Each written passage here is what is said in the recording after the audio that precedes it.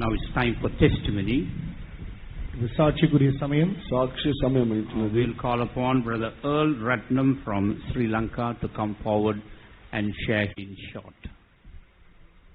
இலங்கையில் இருந்து సహోదరుని తన సాక్షి సముద్రుడిమడియాగా நான் முன்பாக அழைக்கிறேன். శ్రీలంక నుంచి వచ్చిన సహోదరుడు సాక్ష్యం చెప్తున్నాడు.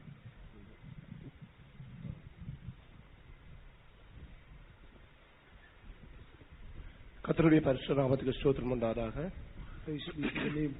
Praise be to the holy name of the Lord. தேவனுடைய பரிசுத்த நாமத்துக்கு ஸ்தோத்திரம் கலுகுணுகாக. ஒன்றுக்கும் தகுதி இல்லாத என்னை உங்கள் மத்தியிலே சாட்சியாய் வைத்ததான கர்த்தருடைய பெரிதான கிருபைக்காக நான் கர்த்தரை ஸ்தோத்திரிக்கின்றேன். For the great grace of God was enabled me to be a testimony before you, whom I am no way worthy before you. దేనికి అర్హుడు కాని నన్ను మీ మధ్యలో సాక్షిగా నిలబెట్టిన దేవునికి కృతజ్ఞతతో స్తోత్రం చెల్లించుచున్నాను. நான் கர்த்தரை சிறு வயதிலே அறிந்து கொள்ளும்படியான பாக்கியத்தை நான் பெற்றுக்கொண்டேன். I got the privilege to know Jesus the Lord in my very young age. ప్రభువైన యేసుక్రీస్తుని తెలుసుకొనుటకు చిన్న వయసు నుండి నేను భాగ్యాన్ని పొంది ఉన్నాను. ஆனாலும் சிறு வயதில் நான் கர்த்தரை அறிந்த போதிலும் நான் கர்த்தருக்கு உண்மையானவனாய் ஜீவிக்கவில்லை. But though I knew the Lord from my very little age, I was not faithful to the Lord. చిరు ప్రాయం నుండి ప్రభువుని నేను తెలుసుకున్నప్పటికీ ప్రభువుకు నేను నమ్మకస్తుడిగా లేను. சிறு வயதிலிருந்து தெய்வீகத்தை அனுபவிக்கும் ஸ்லாக்கியத்தையும் பாக்கியத்தையும் நான் பெற்றுக்கொண்டேன். I also got the blessedness and the privilege to enjoy the truth of divine healing in my life. చిన్న ప్రాయం నుండి దైవిక స్వస్థత ఆశీర్వాదాన్ని పొంది అనుభవించుచున్నాను. எனக்கு வந்ததான எல்லா வியாதிகளிலும் ஒரு சிறு ஜெபத்துக்கூடாக அல்லது ஒரு 2 நாளுக்கூடாக பூர்ணமான சுகத்தை பெற்றுக்கொள்ளக்கூடியதான கிருபை எனக்கு கிடைத்திருந்தது. In all the sicknesses what I faced in my life, just with the word of prayer, and I was perfectly healed. God, the Lord showered such a grace upon me. నాకు వచ్చినటువంటి చిన్న వ్యాధులలోనూ ఒక చిన్న ప్రార్థన మూలంగా లేదంటే ఒక గంట సేపు నేను ప్రార్థన చేసినప్పుడు నాకు విడుదలయు స్వస్థతయు కలిగి ఉండేది. நான் என்னுடைய 12வது வயதில் இருக்கும் பொழுது என்னுடைய தகப்பனை இழந்தேன். I lost my father when I was 12 years old. 12 సంవత్సరముల ప్రాయమందు మా తండ్రిని నేను కోల్పోయినాను. அன்று தான் வார்த்தைகளின் கொடூரத்தை நான் விளங்கிக் கொள்ளக்கூடியதா இருந்தது. ஏனென்றால் தகப்பன் எங்களை விட்டு போய்விட்டார் என்று கேட்ட பொழுது அவர் மீண்டும் வரமாட்டார் என்று எனக்கு தெரிந்தது. That's the time I understood what is the actual seriousness of my life, when I knew my father has departed from me and he shall not come back to me once again. మా తండ్రి గారిని కోల్పోయిన తర్వాతనే నా జీవితం యొక్క ప్రాముఖ్యత ఏంటో నేను తెలుసుకోగలిగి ఉన్నాను. ఎందుకంటే கோல்போயின மா தந்தை திரும்பி ராரனி నేను எரிகினதுனா. ஆனாலும் அங்கே இருந்ததான ஒரு ஊழியக்காரருடைய ஜீவியத்தில் நடந்ததான காரியத்தை நான் அறிந்திருந்தேன். ஏனென்றால் அவள் அந்த சகோதரியுடைய தாய் சகோதரி திருவயதில் மறிக்கும் பொழுது அந்த சகோதரி கர்த்தரண்டையில் ஜெபித்ததாம், கர்த்தாவே நீர் என்னுடைய தாயை எடுத்தீர், இனிமேல் எனக்கு தாயா இருக்க வேண்டும் என்று. I got a testimony from experience of a sister, how when she lost her life, she lost her mother, she prayed like this: Lord, you have taken my mother in my little age, and hereafter you should be my mother. ఒక సేవకురాలైన సహోదరి తన అనుభవ సాక్ష్యం మూలంగా ఈ విధంగా తెలియజేసినది. తాను చిన్న ప్రాయములో ఉండినప్పుడు తన తండ్రి చనిపోయినప్పుడు దేవుని చూసి ప్రార్థన చేసినది, నా తల్లిని నీవు తీసుకుని ఉన్నావు, ఇది మొదలుకొని నీవే నాకు తల్లివి అని ఆ సహోదరి ప్రార్థించినది. அதேபடி நான் யாருக்கும் சொல்லாமல் ஒரு அறையில் மூலைக்கு சென்று நான் கர்த்தரண்டிலே ஜெபித்தேன், நீர் என்னுடைய தகப்பனை எடுத்தீர், இனிமேல் நீர் தான் எனக்கு தகப்பனாய் இருக்க வேண்டும் என்று. In the same way I went to a corner of a room, I prayed like this: Lord, you have taken my father from me, hereafter you should be my father. ఈ రీతిగానే నేను ఒక రూమ్ లో ఒక మూలకు వెళ్లి, ప్రభువా నా తండ్రిని నీవు తీసుకుని ఉన్నావు, ఇది మొదలుకొని నీవే నాకు తండ్రివి అని ప్రార్థించినాను. உண்மையாகவே நான் அன்று கர்த்தரண்டிலே ஒப்பு கொடுத்த காரியத்துக்கு அவர் இந்நாள் மட்டும் உண்மையா இருந்து, இந்நாள் மட்டும் எனக்கு தகப்பனாய் இருந்து, எனக்கு தேவையான எல்லாவற்றையும் கொடுத்து வருகிற தயவுக்காக நான் கர்த்தரை ஸ்தோத்திரிக்கின்றேன். Truly the thing what I committed to my Lord on that day is faithful to thing which I committed in his hands. Till today he is a faithful father unto me. నేను ఆయనకు అప్పగించుకుని ఆ క్షణం మొదలుకొని ఈ దినం వరకు ఆయన నాకు తండ్రిగా ఉండి నా సమస్త అవసరతలను ఆయన తీర్చుచున్నందుకు నా దేవునికి కృతజ్ఞతాస్తుతులు తెలియజేయుచున్నాను. என்னுடைய தகப்பன் இழந்து விட்டதை என்னுடைய பாடசாலையின் அதிபர் கேள்விப்பட்ட பிற்பாடு அவர் சொன்னார், இனிமேல் நீர் ஃபீஸ் கட்ட தேவையில்லை, நீ இலவசமாய் கற்றுக்கொள்ளலாம் என்று. After my father expired, after my father died, the principal of my school told me like this: hereafter you need not pay the fees, you can freely have the education in the school. మా తండ్రి గారు చనిపోయిన విషయం నేను చదువుతున్న పాఠశాల యొక్క principal తెలుసుకుని ఆయన నాతో చెప్పి ఉన్నాడు, ఇక మీదట నీవు స్కూల్ ఫీజు కట్టనవసరం లేదు అని నా యొద్ద చెప్పి ఉన్నాడు. முதலாம் டேர்ம் முடிவடையும் பொழுது ஃபீஸ் கட்டாதவர்கள் பிரின்சிபலுடைய ஆபீஸுக்கு போகும் பொழுது நானும் போயிருந்தேன். அப்பொழுது நான் சொன்னேன், நீர் தான் எனக்கு கட்ட வேண்டாம் என்று சொல்லி இருக்கிறீர் என்று. ஆனாலும் பிரின்சிபல் சொன்னார், தாப்பன் இருந்ததை பார்க்கலும் நீ நன்றா இருக்கிறார், நீ ஃபீஸ் கட்டலாம், இனிமேல் கட்டிவிடு என்று. When the first term examination came, all the students were called to the principal's room. Those who did not pay the fees, they were not permitted to write the examination. When I went and told him, you only told me that I must not pay the fees because I don't have father. He said, you are seen more better than how you were before. Like even if you had your father, now you look more better than before. So you have to pay the fees now. మా పాఠశాలలో మొదటిగా మాకు పరీక్షలు పెట్టినప్పుడు పరీక్షలు రాసినటువంటి విద్యార్థులందరూ మా ప్రిన్సిపల్ రూమ్కి వెళ్ళి ఉన్నాం. అప్పుడు ఆ ప్రిన్సిపల్ని చూసి నేను అడిగినాను, నువ్వు ఎందుకు నన్ను ఫీజు కట్టవద్దు అని చెప్పి అడిగినప్పుడు ఆ ప్రిన్సిపల్ ఇచ్చినటువంటి ప్రత్యుత్తరం ఏమంటే, మీ తండ్రి జీవించినప్పటికంటే మీ తండ్రిని నువ్వు కోల్పోయిన తర్వాత నీ జీవితం బాగున్నది అని ప్రత్యుత్తరం ఇచ్చి ఉన్నాడు. கர்த்தருடைய கிருபையும் அவருடைய இரக்கமும் அவருடைய ஆசீர்வாதம் இருந்தபடியால் அடுத்த நாள் நான் முழு வருடத்துக்குரிய ஃபீஸையும் கொண்டு போய் கட்டக்கூடியதான நிலவரம் இருந்தது. Because the grace of God, the mercy of God and the blessing of the Lord was upon me. The very next day I was able to pay the fees for the whole year. దేవుని యొక్క మహా కృప కనికరం ఆశీర్వాదాలు నా మీద ఉన్నందువలన మరుసటి దినమందే నా స్కూల్ ఫీజుని నేను కట్టుటకు సహాయం చేసి ఉన్నాడు. நான் வளர்ச்சி அடைந்த பிற்பாடு என்னுடைய மேல் படிப்புகளை முடித்த பிற்பாடு என்னுடைய காரியாலயத்திலே நான் ஒரு சிறு விபத்துக்கு ஆளாக வேண்டியிருப்பட்டது. When I finished my studies, when I finished my higher studies, when I was working karyalati, when I was working in my work spot and working in a small place in my office, I had to meet with an accident. నేను ఉద్యోగం చేయించినటువంటి స్థలములలో ఒక ఆపదలో చిక్కుకొని accident అయితిని.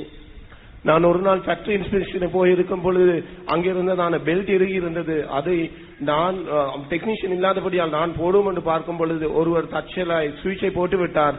அதன் நிமித்தம் என்னுடைய கையிலே பெரிதான ஒரு காயம் ஏற்பட்டு விட்டது. One day when I went there, when I had to go and take a particular article there, without my knowledge, the switch operator, the person he switched on that place and the thing, and because of that my hands were cut. నేను ఉద్యోగం చేయించినటువంటి స్థలమందు ఒక గుర్తింపబడిన వస్తువుని తీసుకునేందుకు ఒక ప్రాంతానికి వెళ్ళి ఉన్నాను. నాకు తెలియకుండానే అక్కడ కరెంట్ స్విచ్ ఆన్ చేసినందువలన నా చేతికి గాయం అయిపోయి యాక్సిడెంట్ జరిగినది. அந்த காயத்தின் அந்த வெட்டின் ஆழம் எவ்வாறு இருக்கும் என்றால் நான் கையை மடித்தால் என்னுடைய எலும்பு அதற்குடாக தெரியும். If the thing the wound was in such a way that the bone was seen outside, the bone was seen outside. నాకు గాయమైనప్పుడు నా చేతిని ఇట్లా మడిచినప్పుడు నా ఎముక బయటికి కనబడేది. அந்த நேரத்தில் வேறு யாரும் இருக்கவில்லை, மேனேஜர் மட்டும் தான் இருந்தார். அவர் என்னை காரில் ஏற்றிக்கொண்டு ஆஸ்பத்திரிக்கு போகும்படியாக என்னை காரில் ஏற்றி விட்டார். In the accident spot, no one was there. Only the manager with the company was there. He immediately took me in his car. He wanted to take me to the hospital. ఆ సంభవం సంభవించినప్పుడు మాకు పైన ఉన్నటువంటి manager గారు మాత్రమే అక్కడ ఉన్నారు. ఆయన నన్ను కారులో ఎక్కించుకుని ఒక హాస్పిటల్కి తీసుకుని వెళ్ళి ఉన్నాడు. அப்பொழுது நான் சொன்னேன், என்னை ஆஸ்பத்திரி கொண்டு போக வேண்டாம், அருகாமையில் இருக்கிறதான எங்களுடைய விசுவாச விட்டு கொண்டு படிப்படியாக கேட்டுக்கொண்டேன்.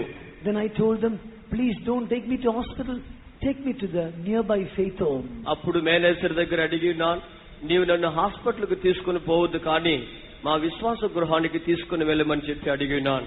மிகவும் கஷ்டத்தோடு அவர் என்னை எங்களுடைய விசுவாச வீட்டுக்கு அடுத்து சென்றார். With a great difficulty, he took me to the nearby faith home. మిగుల కష్ట దుఃఖములతో ఆయన నన్ను ఫెయిత్ హోమ్కు తీసుకుని వెళ్ళి ఉన్నాడు. அந்த இடத்தில் அந்த காயத்தை கண்டவர்கள் தையல் மாத்திரமண்டாலும் போட்டால் நல்லா இருக்கும் என்று சொன்னார்கள். Even the people, those who saw me first there in the faith home, they said, at least you would have put certain stitches that would have been better. అక్కడ ఉన్నటువంటి ఫెయిత్ హోమ్ ఉన్నటువంటి వాళ్ళు చెప్పి ఉన్నారు, నా చేతిని చూసి కనీసం నువ్వు ఆ చేతికి 2 కుట్లైనా వేసుకుంటే బాగుండేది అని నాకు సలహా ఇచ్చి ఉన్నారు. ஆனாலும் அற்புதமான கர்த்தர் தாமே என் மேல் இரக்கமாயிருந்து அவர் தாமே 8 நாளுக்கூடாக நான் மீண்டும் என்னுடைய காரியாலயத்துக்கு போகும்படியாகவும் எந்தவித தையலோ எந்தவித ஒரு துளி டிட்டாலோ அல்லது எந்த விதமான ஒரு காரியமோ இல்லாமல் கர்த்தர் என்னுடைய காயத்தை குணமாக்கினார். By the grace of God, with a span of only 8 days, without even using any medicine, even without using Dettol for my hands, God perfectly healed me. I was once again able to go and join my profession. అయితే దేవుని యొక్క మహా కనికరం నా మీద ఉన్నందువలన 8 దినాలలోనే ఒక బొట్టు డెటాయిల్ కూడా వేయకుండా ఏ విధమైన మందు తీసుకోనకుండా నా గాయానికి కుట్లు కుట్టకుండానే 8వ దినమందే నేను తిరిగి నా ఉద్యోగంలో చేరుటకు ప్రభు నాకు సహాయం స్వస్థతనిచ్చి ఉన్నాడు. அதே பிற்பாடு 3 வருடங்களுக்கு முன்பதாக நான் மிகவும் வியாதிப்பட்டிருந்தேன். Before that, before 3 years, after 3 years ago, just 3 years before, I had to go through a serious sickness. ఈ సంభవానికి ముందు 3 సంవత్సరాల క్రితం నేను ఒక భయంకరమైనటువంటి వ్యాధిగ్రస్తుడిగా అయ్యున్నాను. எனக்கு 17 வயதிலிருந்து ப்ளீடிங் பைல்ஸ் இருந்தது. அது நிமித்தமாக நான் அதிக அளவு இரத்தத்தை இழக்கிறவனாய் காணப்பட்டேன். Before, from the age of my 12, I had from the age of my 17, I had bleeding piles. Because of the bleeding, I have lost too much of blood in my body. నాకు 17 సంవత్సరాల ప్రాయమందు నాకు piles వ్యాధి ఉన్నది. ఈ వ్యాధి నిమిత్తం నా శరీరంలో ఉన్నటువంటి అధికమైన రక్తాన్ని నేను కోల్పోయినాను. என்னுடைய காரியாலயத்தில் இருக்கிறதான வேலை அதிகத்தை நிமித்தமும் நாங்கள் அங்குமிங்கும் போது நிமித்தமும் நாங்கள் என்னுடைய சரீரத்தை குறித்து நாங்கள் அவளை கரிசனை எடுக்கவில்லை. ஒரு நாள் நான் காரியாலயத்துக்கு செல்லும்படியாக எழும்பும் பொழுது என்னுடைய முழு உடம்பும் வீங்கி என்னால் நடக்க முடியாமல் போய்விட்டது. One day, as I was just going to my office there, I was very busy with my work. I was not caring for my health very much. I was too busy of doing my work. Suddenly, I fell ill. My whole body got swelled up. నా యొక్క ఉద్యోగ అవసరతల నిమిత్తం నా ఆరోగ్య జాగ్రత్తను తీసుకొని కారణం చేత నేను ఒక దినం ముందు ఉద్యోగం చేసి ఇంటికి వచ్చిన తర్వాత నా శరీరం అంతా కూడా మరుసటి దినానికి బాగా ఉబ్బిపోయి వాసి ఉన్నది. ஏனென்றால் ஒரு நாளைக்கு நான் குறைந்தது ஒரு காப்பாயின் ரத்தம் என்றாலும் தொடர்ந்து மாத கணக்கு போய் கொண்டிருக்கும். If every day little bit of blood, and it'll be every day to say so much of blood I was losing every day. ఎందుకంటే ప్రతి దినమందు నా శరీరములో నుండి చాలా రక్తం పోవచ్చు ఉండేది. என்னுடைய நிலவரம் மோசமா இருந்தபடியால் என்னுடைய பெற்றோர்களும் என்னுடைய சகோதரிகளும் என்னை வந்து பார்த்து உடனடியாக ஆஸ்பத்திரிக்கு எடுத்து செல்ல வேண்டும் என்று என்னை வற்புறுத்தி கொண்டிருந்தார்கள். Because my condition was very serious, my family members and the relatives came and said that I must be immediately taken to the hospital. ఆ సందర్భంలో నా పరిస్థితి దౌర్భాగ్యముగా ఉన్నందువలన మా యొక్క ఇంట్లో ఉన్నటువంటి పెద్దలను ఇరుగు పొరుగు బంధువులను హాస్పిటల్కు తీసుకుని వెళ్ళవాలని ప్రయాసపడి ఉన్నారు. ஆனாலும் நான் சொன்னேன், எங்களுடைய விசுவாச சகோதரி வைத்தியர் ஒருவர் இருக்கிறார், அவர் வந்து என்னை பார்க்கட்டும், அவர் பார்த்தால் போதும், நான் அதற்குரிய காரியங்களை செய்து கொள்கிறேன் என்று சொன்னேன். Then I told, we have got a believer who is a physician, let him come and meet me, let him come and see me, then after that I will see what could be done.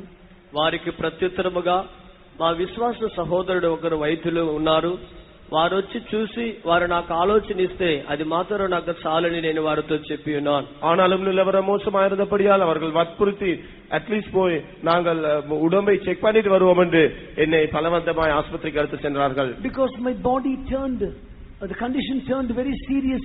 The people told me, you at least go to the hospital, you must be taken to the hospital, at least you must have a medical checkup. అయితే నా యొక్క శరీర పరిస్థితి మిగుల దౌర్భాగ్యంగా serious condition లో ఉన్నందువలన వారు చెప్పి ఉన్నారు, కనీసం ఆసుపత్రికి వెళ్లి ఏమైనదో అని పరీక్షించుకుందామని వాళ్ళు చెప్పి ఉన్నారు. அங்கே போய் என்னுடைய செக்அப் எல்லாம் எடுத்த பிற்பாடு அவர்கள் சொன்னார்கள் ஹீமோகுளோபின் லெவல் வந்து 5,000க்கு இறங்கி இருக்கின்றது, அது 13,000 இருக்க வேண்டும் என்று. When I went into the medical checkup, they said my hemoglobin has come to 5,000. The counts must be 30,000, but your counts have decreased to 5,000. నా శరీరాన్ని వైద్యులు పరీక్షించినప్పుడు నా శరీరంలో హిమోగ్లోబిన్ అనే పదార్థం 5,000 మాత్రమే ఉన్నది. అయితే అది సహజంగా 13,000 ఉండవలను. உடனடியாக ரத்தம் ஏற்றவில்லை என்றால் நான் கொஞ்சம் கொஞ்சமாய் மறித்து விடுவேன் என்று வைத்தியர் மிகவும் அழகாக எனக்கு வந்து விளக்கப்படுத்தி விட்டார். Doctor explained to me in a very beautiful way. He said he will not have a sudden death, but he'll have a gradual death. డాక్టర్లు తెలియజేస్తున్నారు, ఈయన అకస్మాత్తుగా మరణించడు గాని కొద్ది కొద్దిగా చనిపోతాడని చెప్పి ఉన్నారు. என்றொரு நன்மையும் இல்லை, கர்த்தருடைய கிருபை இருந்தபடியால் நான் சொன்னேன், இந்த பூமியையும் வானத்தையும் படைக்கக்கூடிய கர்த்தர் எனக்கு ஜீவனை கொடுக்க அவருக்கு சித்தம் என்றால் அவர் எனக்கு ஜீவனை கொடுப்பார். ஆனபடியால் எனக்கு ரத்தம் ஏற்ற தேவையில்லை என்று சொல்லிவிட்டேன். I have no goodness. It's in me. It's only the grace of God. I said, if the Lord who has created heaven and the earth, if He wants to give me life, let Him give life. I am not going to take any extra blood. I am not going to take any other blood into my body. నా మీద దేవుని యొక్క మహా కనికరం ఉన్నందువలన నేను విశ్వాసముతో వారి యొద్ద చెప్పినాను, భూమి ఆకాశములను సృష్టించిన దేవుడు నాకు జీవమిస్తే బ్రతికించే నీవు అని చెప్పి నేను వారికి చెప్పి ఉన్నాను. அப்பொழுது வைத்தியர் சொன்னார், நீர் மறிக்கவில்லை என்றால், நீர் மீண்டும் பிழைக்க வேண்டும் என்றாலும் நீர் ஏறத்தாழ 3 வருஷம் பெட் ரெஸ்ட் எடுத்தால் தான் உமக்கு வேண்டிய அந்த ரத்தத்தை நீர் சரீரத்துக்கு மீண்டும் பெற்றுக் கொள்ளலாம். அப்படி இல்லை என்றால் உமால் ஒன்றும் செய்ய முடியாது என்று சொல்லிவிட்டார். Doctor told me, if you don't take blood in your body for 3 years, you will lose your life. You will not live if you don't take blood. మీ శరీరంలో ఉన్నటువంటి రక్తం తిరిగి పెరగాలంటే కనీసం 3.5 సంవత్సరములైనా మీరు పడక విశ్రాంతి తీసుకుంటే కానీ మీరు కోలుకోలేరని డాక్టర్లు వైద్యులు సలహా ఇచ్చినారు. ஆனாலும் அன்பான கர்த்தர் தாமே 2 கிழமைக்குடாக நான் மீண்டும் என்னுடைய காரியாலயத்துக்கு செல்லும்படியாக எனக்கு பூர்ணமான சுகத்தை கொடுத்து விட்டார். But the wonderful God, within 2 weeks time, God gave me perfect healing that I was able to go and join my office. అయితే అద్భుతములు చేయు దేవుడు నాకు 2 వారములలోనే పరిపూర్ణమైన స్వస్థతను దేవుడు నాకు అనుగ్రహించినాడు. நான் வியாதியாய் வீட்டில் இருந்த நாட்களிலே வைத்தியர் சொல்லியிருந்தார், நீங்கள் பேசக்கூடாது, நீங்கள் நடக்கக்கூடாது, நீங்கள் கட்டிலில் தான் இருக்க வேண்டும் என்று. ஆனாலும் என்னுடைய அன்பான ஊழியக்காரர் சகோதர சகோதரிகளும் விசுவாசிகளும் காலையில் 8 மணியிலிருந்து இரவு 11 மணி வரைக்கும் என்னை பார்க்கும்படியாக வந்து எனக்காக ஜெபித்துக் கொண்டிருப்பார்கள். The medical advice what I received for the doctors was, I must not speak, I must always sit in my cot, I must not move about in my house. But my beloved workers and co-believers of the faith home used to visit me from morning 8 o'clock till night 11 o'clock. They used to come and pray for me and help me and speak with me. నేను అలాగా వ్యాధిగ్రస్తుడిగా పండుకొనినప్పుడు డాక్టర్లు సలహా ఇచ్చినారు, నీవు కనీసం లేవకూడదు, నడవకూడదని సలహా ఇచ్చినారు. అయితే నాకు తెలిసినటువంటి సేవకులను విశ్వాసులను ఉదయకాలం 8 గంటల నుండి రాత్రి 11 గంటల వరకు నాతో మాట్లాడుచుండిరి. నేను వాళ్ళతో మాట్లాడుచునే ఉంటుని. அந்நாள் இருந்து இந்நாள் மற்றும் என்னுடைய கர்த்தர் எனக்கு தேவையான எல்லாவற்றுக்கும் எல்லாமாய் இருந்து எனக்கு சுகத்தையும் கொடுத்து, வியாதியில சுகத்தையும் கொடுத்து, எனக்கு தேவையான எல்லா காரியங்களிலும் எந்த ஒரு குறைவும் இல்லாமல் என்னை வழி நடத்தி வருகிற தயவுக்காக நான் கர்த்தரை ஸ்தோத்திரிக்கின்றேன். From that day till today, my God is all in all my life and is an all sufficient God. He is providing all my needs, for which I praise and thank my God. ఆ దినం మొదలుకొని ఈ దినం వరకు నా దేవుడు నాకు సమస్తముగా ఉండి నా అవసరతలన్నీ తీర్చుచున్నందుకు నేను దేవునికి కృతజ్ఞతాస్తుతులు చెల్లించుచున్నాను. ஒன்றுக்கும் உதவாத எனக்கு இந்த எல்லா காரியங்களையும் செய்த கர்த்தர் தாமே அவருடைய ராஜ்யத்திலும் என்னை கொண்டு போய் சேர்க்க வல்லவராயிருக்கிறார், அதை நிச்சயமா செய்து முடிப்பார் என்றதான விசுவாசத்தை அவர் எனக்கு கொடுத்திருக்கிறார். என்ற நன்மை நிமித்தம் அல்ல, அவருடைய கிருபை நிமித்தம். ஆனபடியால் நான் அவரை ஸ்தோத்திரிக்கின்றேன். I have nothing in my life. Hitherto God has given me so much of blessings, and I remember the Lord will bless me so much. He is also by His grace is able to take me to His kingdom, and I believe this. ఇంతవరకు ఇన్ని మేలులు చేసినటువంటి దేవుడు తన రాజ్యానికి నిశ్చయంగా నన్ను చేర్చునని నేను విశ్వసిస్తున్నాను. నా యొక్క మేలు నిమిత్తం కాదు గాని తన మహా కనికర కృపల మూలంగా నన్ను తీసుకుని వెళ్లి చేర్చునని నేను విశ్వసించుచున్నాను. கர்த்தருக்கு எல்லா கனமும் மகிமையும் உரித்ததாகட்டும். All glory honor go to the Lord. దేవునికి స్తుతి ఘనత మహిమ చెల్లును కాక. Shall we all praise God for the beautiful work of healing and strengthening him and keeping him? Let's praise God for that. தேவன் செய்ததான அழகான சுகமாக்குறதான கிரியைக்காயும் బలపడుతున్నబడినాலும் కర్తரை స్తోత్రిపో. దేవుడిచ్చిన అద్భుతమైన స్వస్థత నిమిత్తమై దేవుడు బలపరిచినందుకై స్తోత్రం చేద్దాము.